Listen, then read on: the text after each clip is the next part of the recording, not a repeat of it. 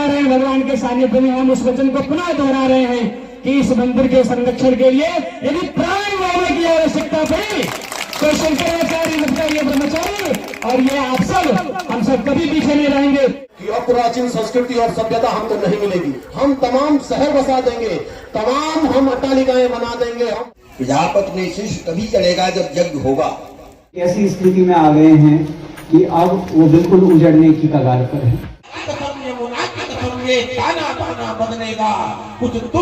विकास के नाम पर जब तक इस देश में गाय को काटा जाएगा, जब तक गंगा नदी को बांधा जाएगा, जब तक हमारी अस्मिता को के ऊपर प्रहार किया जाएगा, जब तक हमारे मंदिर तोड़े जाएंगे और हम शांत बने रहेंगे तो हमारा कल्याण नहीं हो सकता है।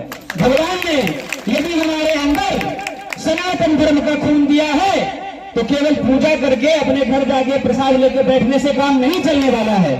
आपको ये देखने की जरूरत नहीं है कि आपका शासक कौन है, आपको ये देखना पड़ेगा कि आपके धर्म की रक्षा हो रही है कि नहीं। केवल आपका शासक यदि हिंदू है तो कंस भी हिंदू था, लेकिन क्या कंस का शासन आपको मंजूर है? रावण भी हिंदू था, लेकिन रावण का शासन हमको नहीं चाहिए। हमको राम का राज्य चाहिए जिसमें ब्राह्मणों का सम्मान हो, जिसमें गाय का सम्मान हो, जिसमें नदियों का सम्मान हो, जिसमें यज्ञ का सम्मान हो। जब तक यज्ञ का सम्मान नहीं होगा, जब तक मंदिरों का सम्मान नहीं होगा, जब तक गाय की सुरक्षा नहीं होगी, तब तक सब कुछ व्यर्थ है। आपको ये विचार करने की आवश्यकता है, क्या आज हमारे देश में ये सब हो रहा है? यदि नहीं हो रहा है तो हमको दृढ़ संकल्पित होना होगा। हमारे लिए सबसे महत्वपूर्ण हमारा प्रतीक है, हमारे गुरु है, हमारा धर्म है, हमारी गाय है, हमारा मंदिर है, हमारे यज्ञ है, हमारे ब्राह्मण है। ये हमारे लिए महत्वपूर्ण, हमारे लिए पार्टियां महत्वपूर्ण नहीं है। इस देश का दुर्भाग्य उस समय शुरू हो जाता है जब हम नेताओं को अपना मानने लगते हैं, अपने गुरुओं से अपने आप को दूर कर लेते हैं। आज हिंदुओं की दुर्दशा इसलिए है कि हमने नेताओं को अपना बाप समझ लिया है, अपना मार्गदर्शक समझ लिया है। जब तक ये देश गुरुओं के मार्गदर्शन पर चलता था तब तक कोई समस्या नहीं थी इस देश के सामने। 1000 साल गुलामी का हो गया, 800 साल मुसलमान रहे, फिर भी आज जब हिंदू बचे हैं किसी नेता के कारण नहीं, शंकराचार्य जी के कारण बचे हैं, अपने गुरुओं के कारण बचे हैं। इसीलिए आज भी यदि धर्म को बचाना है, मंदिरों को बचाना है, गाय को बचाना है, गंगा को बचाना है तो गुरुओं का अनुसरण करना होगा। और हम सौभाग्यशाली हैं कि हम ऐसे गुरु के शिष्य हैं जो धर्म के लिए, समाज के लिए निरंतर अपने राष्ट्र के लिए लड़ते हैं। आज आपके गांव में आकर के, छोटी काशी में आकर के लक्ष्मी नारायण भगवान के सानिध्य में हम उस वचन को पुनः दोहरा रहे हैं कि इस मंदिर के संरक्षण के लिए यदि प्राण देने की आवश्यकता पड़ी तो शंकराचार्य ये ब्रह्मचारी और ये आप सब हम सब कभी पीछे नहीं रहेंगे, क्योंकि हमारा मार्गदर्शक किसी से नहीं चलता सिवाय धर्म के। हम ऐसे मार्गदर्शक और ऐसे गुरु के शिष्य हैं। तो आज यहाँ उपस्थित होकर के हमें दृढ़ संकल्प लेना होगा, ये तय करना होगा कि हमारे लिए महत्वपूर्ण हमारा धर्म है या हमारे लिए हमारा सामाजिक व्यवहार है। हमारे लिए सबसे महत्वपूर्ण हमारा धर्म है। सनातन धर्म बचेगा तब हमारा अस्तित्व है। सनातन धर्म यदि समाप्त हो गया हम समाप्त हो जाएंगे। 80,000 गाय गौवंश इस देश में काटी जा रही है, गंगा को बांधा जा रहा है विकास के नाम पे, लेकिन हम शांत हैं। शांत रहने की आवश्यकता नहीं है, एक स्वर होकर के आवाज उठाने की आवश्यकता है, अपने धर्म, अपने अस्तित्व को बचाने की आवश्यकता है। इतना ही कहते हुए हमारे भाई श्री राजेंद्र हटवाल जी और उनकी पूरी टीम इस गांव के सभी लोगों के लिए अपने स्वभाव व्यक्त करते हुए मंच पर उपस्थित परम आदरणीय हमारे मार्गदर्शक, सदा जिनका आशीर्वाद हमें प्राप्त होता है, ऐसे पूज्य स्वामी शिवानंद सरस्वती जी महाराज को प्रणाम करते हुए, साथ ही ज्योतिर्मठ के जगत गुरु शंकराचार्य पूज्यपाद स्वामी श्री अभिमुक्तेश्वरानंद सरस्वती जी महाराज का शुभाशीर्वाद आप सभी के लिए अभिव्यक्त करते हुए यज्ञ नारायण भगवान के चरणों में प्रणाम करते हुए कि हे प्रभु, धर्म के लिए हमारे अंदर निष्ठा बनी रहे, धर्म के लिए मरने और मिटने की आवश्यकता पड़े तो कभी पीछे देखने की स्थिति ना आए, आपका आशीर्वाद बना रहे, यही कामना करते हैं।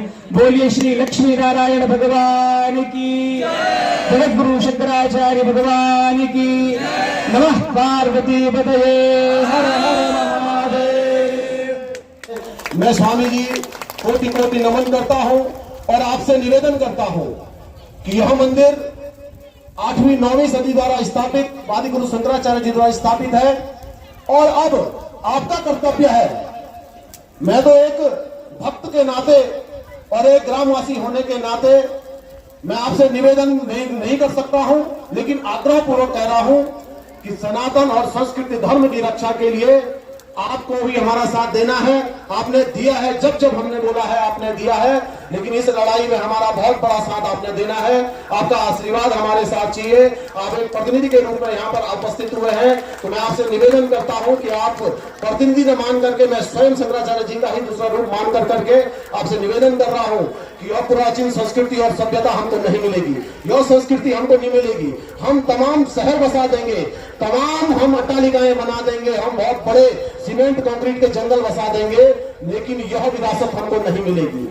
और विरासत, अपनी संस्कृति और विरासत इंसान के सांस और शरीर का संबंध है, जिसे हम अलग नहीं कर सकते हैं। स्वामी जी, जरूर हम के संरक्षण के जो कि शब्द आपने दोहराए हैं, और उन्हीं शब्दों को हम भी दोहराते हैं कि इस मंदिर, इस संस्कृति, इस प्रतिष्ठा, इस गांव, गंगा, यमुना, देश के तमाम तीर्थ स्थलों के साथ यदि किसी भी प्रकार की कोई कुकृत्य किए जाते हैं तो हम प्राण देने से भी पीछे नहीं हटेंगे।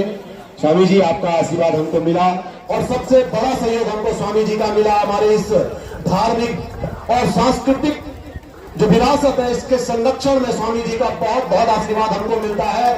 स्वामी जी, मैं आपके कमल चरण कमलों में कोटि कोटि नमन करता हूं। समस्त ग्रामवासियों की ओर से, क्षेत्रवासियों से, भक्तगणों की ओर से आपको कोटि कोटि नमन करता हूं। आपका आशीर्वाद हमेशा हमारे ऊपर बना रहे, ग्रामवासियों के ऊपर बना रहे। मैं आपका किन्हीं भी शब्दों में आपका धन्यवाद नहीं कर पा रहा हूं, जो सहयोग आपने हमारा किया है। स्वामी जी, मैं धन्य हूं, सारे गांव वाले धन्य है कि आप हमारे बीच में पहुंचे हैं। भगवान गीता में बोले हैं, ईशा यज्ञा पिता सृष्टवा पुरोवाचा प्रजापति। प्रजापति ने शिष्य तभी चलेगा जब यज्ञ होगा। यज्ञ नहीं होगा तो शिष्य इतना अनियंत्रित हो जाएगा जो अभी हो रहा है। प्राचीन बसाया हुआ सदियों का आदि शंकराचार्य द्वारा स्थापित ये मंदिर और उसकी संस्कृति, उन्हीं के बसाए हुए लोग एक ऐसी स्थिति में आ गए हैं कि अब वो बिल्कुल उजड़ने की कगार पर है।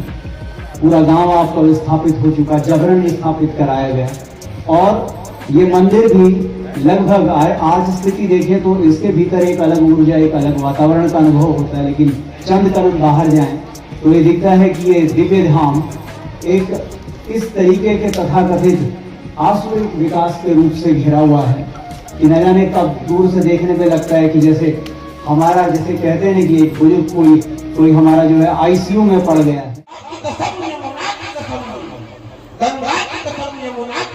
ये ताना बाना बदलेगा, कुछ तुम बदलो, कुछ हम बदले, फिर ये जमाना बदलेगा। तो ये भावना को आप लोग ध्यान रखेंगे। अपने गांव को, अपने क्षेत्र को, अपनी भूमि को, अपने स्थान को, अपने देवी देवताओं को बताने के लिए सबको आगे आना ही पड़ेगा।